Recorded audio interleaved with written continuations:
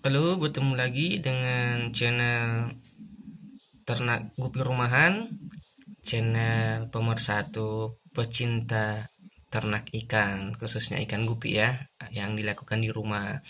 Nah, kita melanjutkan video berikut sebelumnya, di mana video sebelumnya itu kita memindahkan burayak jenis ikan gupi red albino ke dalam baskom yang kita sudah treatment sebelumnya selama 1 minggu, di mana sebelumnya kita mengisi baskom ini dengan air ditambah dengan tanaman air dan beberapa helai daun ketapang.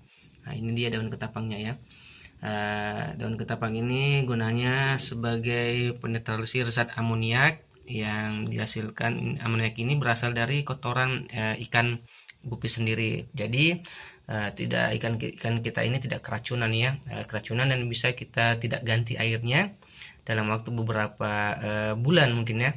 Nah, kita treatment beberapa bulan. Nah, seperti sebelumnya kita ketahui bahwa pada saat memasukkan ikan gupi jenis albino ini, kita masukkannya bersamaan dengan atau sebelumnya memang sudah ada jenis buraik lainnya yang berumur sekitar 2 mingguan, atau ada juga yang 3 mingguan di dalam baskom ini. Nah, kita gabungkan dengan jenis ikan gupi albino red albino yang baru saja dilahirkan oleh induknya. Oh iya, ini jenis ikan gupi ini sebenarnya beranak ya. Jadi ikan gupi ini beranak, tidak bertelur. Jadi telur berada di dalam perut ikan dan dipijah oleh jantan lalu keluar dalam bentuk ikan ya. Jadi diberanakan gitu. Nah, kita lihat ternyata setelah setelah burayak jenis albino red ini kita masukkan ini, ternyata gapi-gapi yang lain, buraik-buraik yang lain itu tidak suka dengan kedatangan mereka ini, rekan-rekan. Jadi mungkin mereka mengira jenis ini adalah jenis untuk makanan karena memang putih, warnanya putih. Nanti setelah dewasa ini putih ini karena akan bertambah dengan warna merah hingga makanya mungkin kita kenal namanya ini red albino ya. Jadi ada beberapa burayak yang sudah berumur 2 minggu lebih itu mengejar dan menggigit gupi red albino ini, hingga ada beberapa ekor yang saya temukan ini mati ya.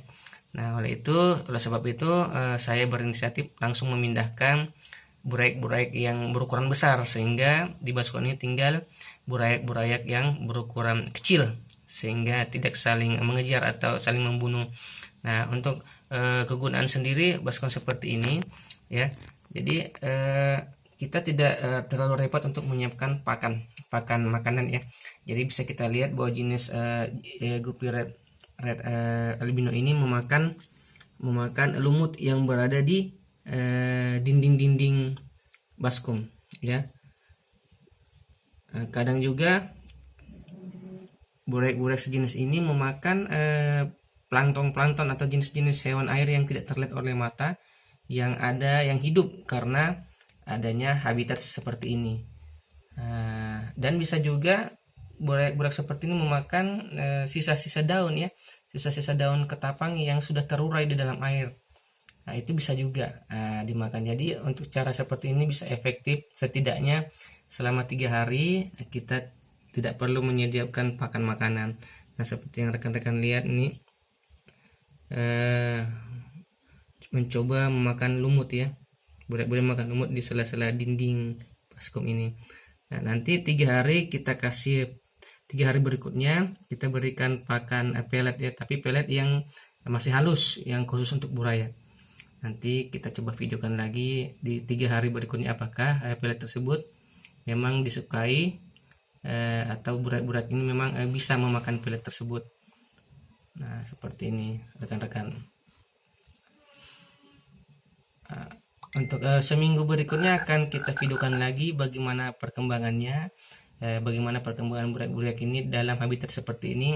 Apakah nanti seminggu itu mengalami progres pertumbuhan yang baik, atau bahkan mungkin bisa saja buraik-buraik ini mati karena ketidakcocokan dengan habitatnya. Nah, bagaimana dengan induknya, rekan-rekan? Nah, untuk induknya sendiri setelah beranak kita istirahatkan dulu ya selama kurang lebih 3 hari biar kondisinya kembali fit, kembali segar. Nah, setelah 3 hari itu bisa kita lanjutkan lagi untuk mencoba melakukan breeding atau perkawinan dengan memasukkan jantan ke dalam tempat betina ini ya.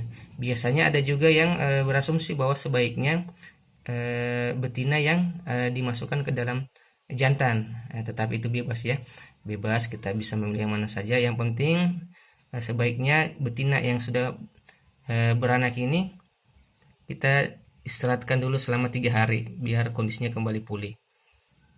Nah, oke, sampai di sini dulu video hari ini. Kita lanjutkan bagaimana perkembangan burayak red albino ini selanjutnya. Terima kasih, jangan lupa like and subscribe. Salam ternak